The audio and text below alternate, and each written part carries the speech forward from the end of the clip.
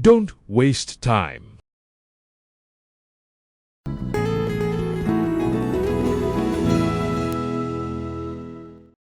Everyone in this world says they want a better life.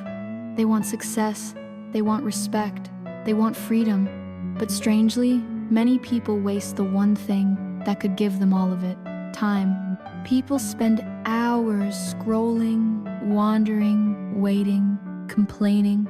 They say, "I will start tomorrow." But tomorrow quietly becomes next year. And one day they wake up and wonder, where did my life go? This story is about a young man who almost wasted his entire future, until one simple lesson changed the way he looked at time forever. In a quiet town, surrounded by dusty roads and old houses, lived a young man named Leo. If you asked people in the town about Leo, most of them would say the same thing. He's a good kid, but he's lazy. Leo wasn't cruel. He wasn't foolish either. But he had one habit that slowly destroyed his future. He always delayed things. When his friends worked in the fields, Leo wandered through the streets. When others learned skills, Leo sat under a tree watching clouds.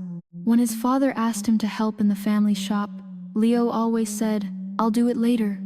But later never came.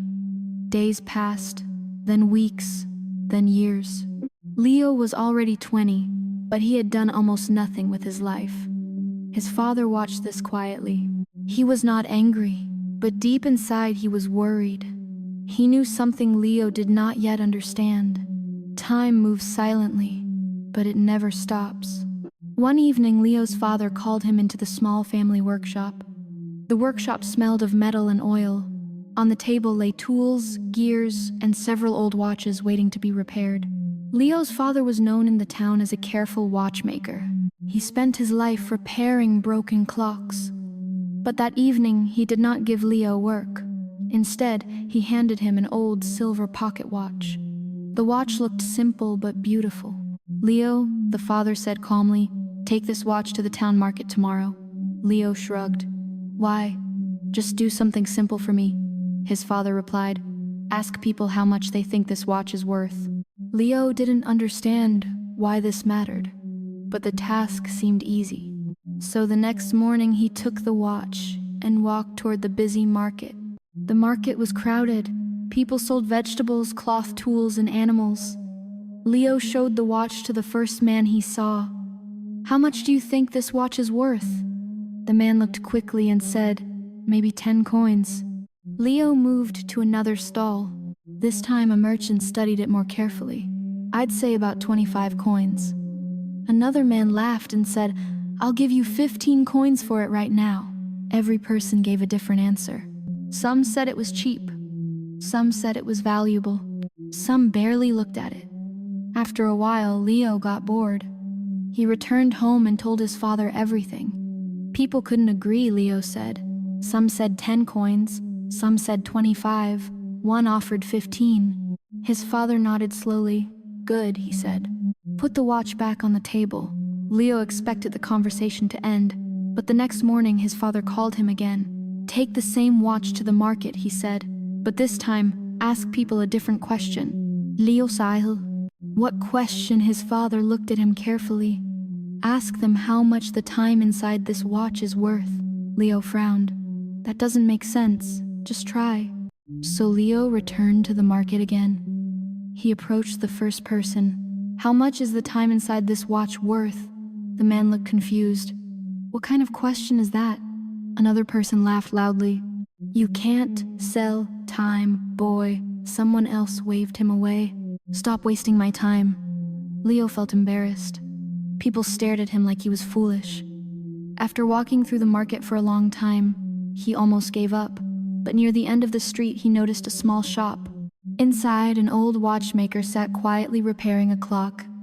The man's hands moved slowly but precisely. Leo walked in. "Sir," he said carefully, "how much do you think the time inside this watch is worth?" The old man stopped working. He lifted his glasses and looked at Leo for a long moment. Then he smiled gently. "You must be asking the wrong question for the right reason." Leo blinked. "What do you mean?" The old man held the watch in his hand. "You see this watch," he said. "It can measure time, but it cannot create time." Leo listened quietly. The old man continued.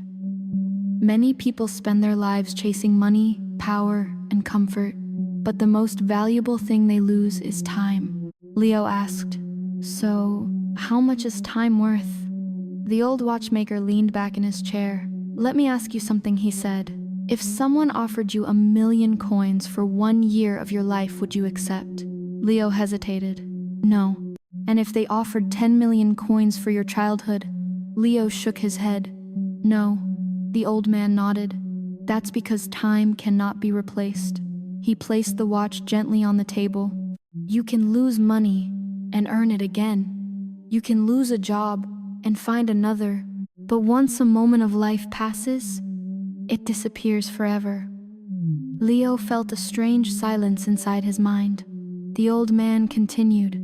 "Every person in this world receives the same gift each morning, 24 hours. No one receives more, no one receives less.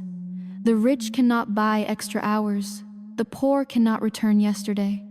So the real difference between people is simple: how they use their time." Leo stood there quietly. For the first time in many years, he began thinking about his own life. All the afternoons he had wasted, all the mornings he had delayed, all the dreams he had postponed. Suddenly, those moments felt heavy. The old watchmaker smiled kindly. "Son," he said, "time has one cruel rule. It keeps moving forward, but it also gives you one great power. You can decide what to do with the next minute." Leo thanked the old man and slowly walked home. When he entered the workshop, his father was waiting. "Well?" his father asked.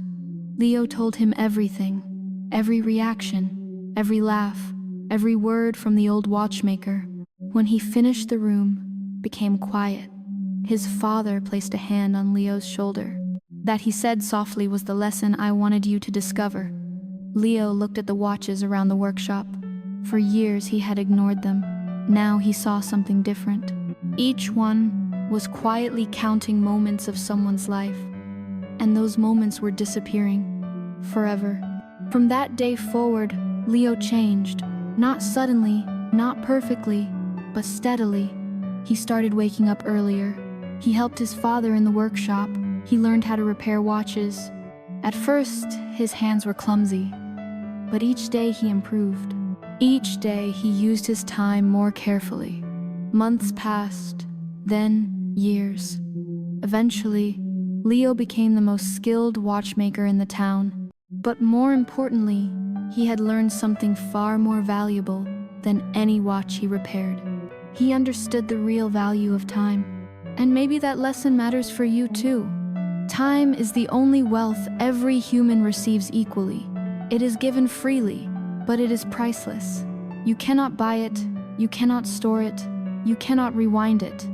You can only choose how to spend it. So ask yourself one simple question today. How will you use the next hour of your life? Because one day, your entire life will be made of those hours.